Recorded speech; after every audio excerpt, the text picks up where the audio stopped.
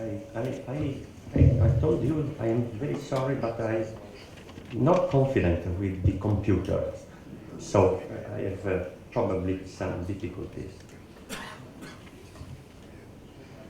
At the beginning, breast cancer is not a systemic disease, but becomes systemic as time passes. So early diagnosis is important to improve the prognosis and reduce mortality. In fact, the patient's future depends on the absence of occult metastasis at the diagnosis. Local regional treatment has little effect on prognosis. Umberto Veronese's winning idea was to find the ideal line between unnecessarily mutilating treatments and dangerously conservative treatments, so as to develop the minimum effective treatment for breast cancer. The Milan 1, 2, and 3 trials were milestone studies which showed that overall survival was identical in patients given breast conservation surgery compared to those given demolitive mastectomy. All 3 trials were published in the New England Journal of Medicine, and they established conservative treatment as the treatment of choice for early breast cancer. It is for this reason that conservative breast surgery is increasing worldwide. Conservative surgery is also possible by the fact that the size of the cancer at the diagnosis is decreasing, as you see in this slide, in the last 40 years.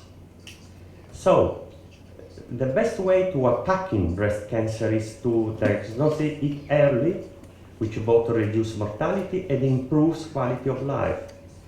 And it is the area of early diagnosis that revolutionary changes are taking place. Thus, highly sensitive and specific imaging technologies have been developed and are improving all the time. We are gaining better knowledge of the biology of breast cancer. In addition, a cultural revolution is occurring so that women are becoming more aware of the disease and come forward for early diagnosis. However, the incidence of breast cancer is increasing everywhere. We expect that in 2020, worldwide breast cancer incidence will reach 2 million cases worldwide. Yet we have managed to reduce breast cancer mortality. Notwithstanding the increasing incidence, as you see in this slide, this means that we are able to cure more breast cancers. From 5% in 1900 to 80% in 2010. These changes are occurring in many countries, so that the incidence of non-palpable breast lesions detected only by imaging, is increasing. So the self-examination is becoming less useful. But in many countries where imaging modalities are not available, breast self-examination is still very important. Here you see a good mammogram showing a small non-palpable lesion. This next image is a glimpse of the future in mammography. It is a mammogram with contrast that shows up vascularized lesions. It is an excellent alternative on MRI of the breast. And here, a good echo-color Doppler, which also shows vascularization or in a breast lesion suggesting malignancy. And finally, magnetic resonance images of a breast lesion which reveal a non-palpable lesion close to a palpable lesion. A major step forward in breast cancer treatment was to develop a way to conserve the axillary lymph nodes. This arose from the concept of the sentinel node. The sentinel node is the first node, axillary lymph node, to receive tumor cells from breast cancer. If the sentinel node is disease-free, the whole axilla is healthy. Today, sentinel node is widely used all over the world. Why do we do sentinel node biopsy?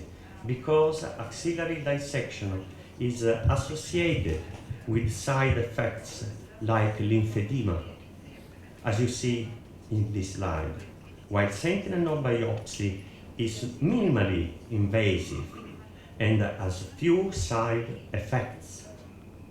And if the sentinel node is negative, axillary dissection can be avoided to improve patients' quality of life. But is it always necessary to perform axillary dissection when the sentinel node is positive? For example, when we find micrometastasis only in the sentinel node. Well, the multicentric trial 2301 showed that if micrometastases are present in the sentinel node, axillary dissection is not necessary.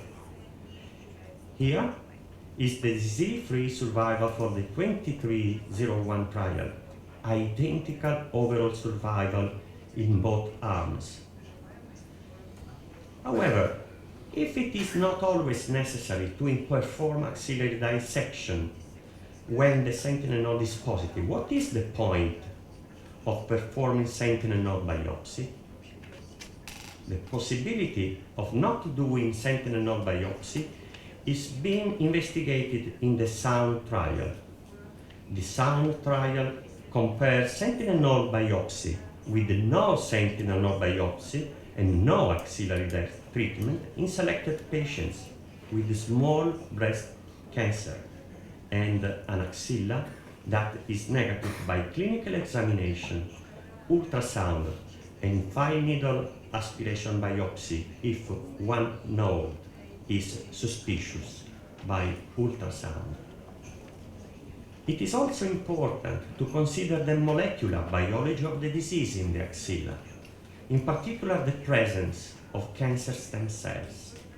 In a future trial, we can investigate whether the presence of cancer stem cells in the sentinel node has prognostic significance. Patients with no cancer stem cells in the sentinel node will be randomized to axillary dissection versus no further axillary treatment, while those with cancer stem cells will receive axillary dissection as normal. We expect to stratify patients according to sentinel cancer stem cells in the sentinel node, as you see in this slide. So, in the future, if the sentinel node is negative, no axillary dissection. If the sentinel node is micrometastatic, no axillary dissection. If the sentinel node has no cancer stem cell, no axillary dissection. But if the sentinel node is positive and contains cancer stem cells, we will do axillary dissection. Our hypothesis is that presence of cancer stem cells in the sentinel node is a risk factor for the development of metastatic disease. Another recent development in breast cancer treatment is to give the entire radiotherapy course in the operating theater, EURAMA. This is possible thanks to new technologies. The traditional external beam radiotherapy course lasts 5 weeks 5 to 7 weeks, and often causes difficulties for the patient, particularly if the radiotherapy center is distant from the patient home. The validity of YORT was demonstrated in a randomized trial published in Lancet Oncology. The trial showed that overall survival was identical in the YORT and external beam radiotherapy arms. However, there were significantly more local relapses in the YORT arm. Analysis showed that once again, the biological characteristics of the tumor predicted what type of radiotherapy should be used. As a result, patients with unfavorable characteristics are now given additional short course of to whole breast by irradiation. In the future, we also expect to be using heavy particle radiotherapy, also called hadron therapy, which has several advantages over conventional radiotherapy with electrons or X-rays. Remember, however, that breast cancer is always a multifactorial disease. Sometimes genetic factors are important, but the genetic factors can be influenced by endocrine, metabolic, environmental, and other factors. In this slide, you see a summary of the genetic factors that increase the risk of breast cancer and also ovarian cancer.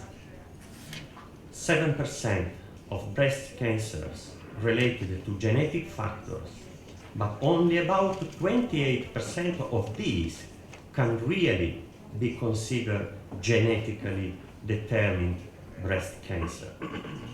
Thus, we have the concept of genetic susceptibility to breast cancer, but there is no certainty that a genetically susceptible person will get the disease. Remember also that the genetic predisposition to breast cancer can be inherited from both parents. You may know that the Gale model, which estimates risks of breast cancer 5 years after the test, according to the presence of several risk factors. Conservative mastectomy is a treatment option for patients with a strong genetic predisposition to cancer. Angelina Jolie had a bilateral mastectomy for strong genetic predisposition to breast and ovarian cancer. Here you see the other indication for these operations. Multifocal DIN, multicentric carcinoma, large size unicentric carcinoma, genetic predisposition to breast cancer. I am embarrassed in front of 3 great plastic surgeons. But this is a new indication. And skin and nipple sparing mastectomy, sometimes used to facilitate breast reconstruction with optimal aesthetic result. For the future, we will perform nipple sparing mastectomy using a surgical robot, as this 2015 paper shows, published in the Annals of Surgery. You can see in this slide the indication for robotic surgery in the first 12 patients. And this is the excellent aesthetic result that can be achieved 1 week after surgery. 1 week after surgery. Can you guess which is the operated breast? Another goal for the future is to modernize the TNM classification of breast cancer and render it more useful. In the new TNM classification, we propose that LCIS becomes lean, lobular intraepithelial neoplasia, and DCIS becomes DIN, ductal intraepithelial neoplasia. This removes the name carcinoma from the classification of these lesions which do not metastasize. We also propose new terminology for real cancers. We want to remove the term infiltrating because it is useless, since carcinoma, by definition, is infiltrating. Furthermore, the word infiltrating induces fear in patients, which we want to avoid.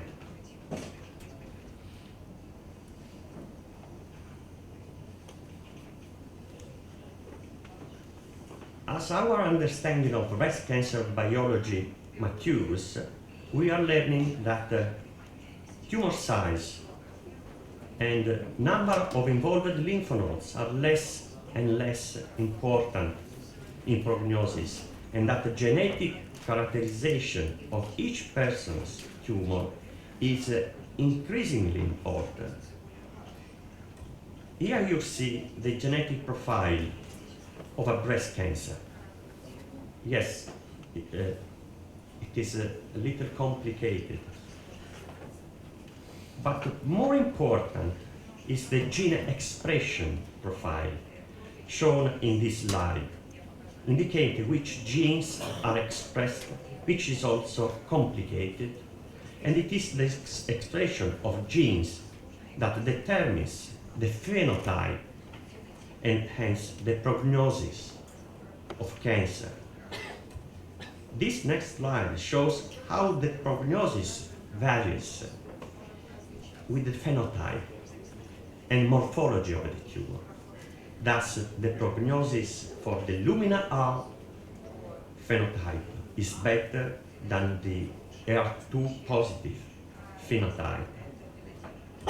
There is a further complication, as this next slide shows. The phenotype of the cancer cells can vary from one part of the cancer to the next. In fact, a cancer is an ecosystem that evolves in response to selective pressure, such as chemotherapy and environmental. This concept is illustrated in this slide, which shows how a cancer can evolve in response to the treatment and the microenvironment. The cancer develops because of initial carcinogenic insult. During the first treatment phase, most cancer cells are killed, but some survive. These are different to the killed cells, but may respond to phase 2 targeted treatment. In the final phase, the cells that do not respond to target treatment evolve in response to that treatment and also the microenvironment, and constitute a treatment problem because they form distant metastases. Cancer phenotype heterogeneity is illustrated in this slide, which shows two sections from one cancer. One is HER2 positive, the other is HER2 negative. And if the treatment is based on HER2 negative, then it will not be appropriate. Since the cancer changes during treatment, it is important to monitor the response to treatment. Soon could be possible to monitor the cancer by taking blood samples. This is more conservative than routinely taking biopsies from distant localizations of the cancer during treatment. So, to summarize, in the 1950s, the diagnosis of breast cancer was clinical. In the 1970s, it was clinical and pathological. In the near future, it will be clinical, pathological, and biological, mainly biomolecular. Systemic medical treatments for breast cancer are also undergoing a revolution. Chemotherapy should be used only for specific molecular subtypes, such as triple negative and HER2 positive disease. We also expect greater use of hormonal treatments, which more refine use of these agents and improved efficacy by combination with targeted treatments. So, here is what the future promises. Prevention, yes. Surgery, no. Chemotherapy, no. Hormone therapy, yes. Biomolecular treatments, yes. So, we, breast cancer surgeons, will be able to take it easy in the sun. But the situation in Eastern countries is very different from the encouraging one in the West. Because in Eastern and emerging countries, breast cancer is frequently diagnosed at a locally advanced stage when the chance of cure is lower.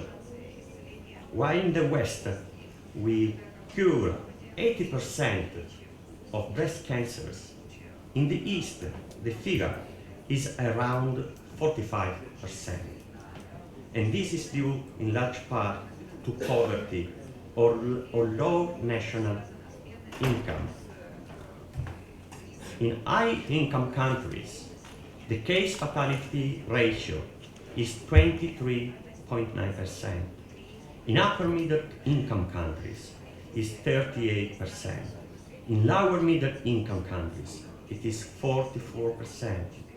In low income countries, it is 56%. This can be interpreted as follows. A woman with breast cancer has a less than 1 in 4 chance of dying from her disease if she is from a high-income country. But if she is from a low-income region, that chance is greater than 1 in 2.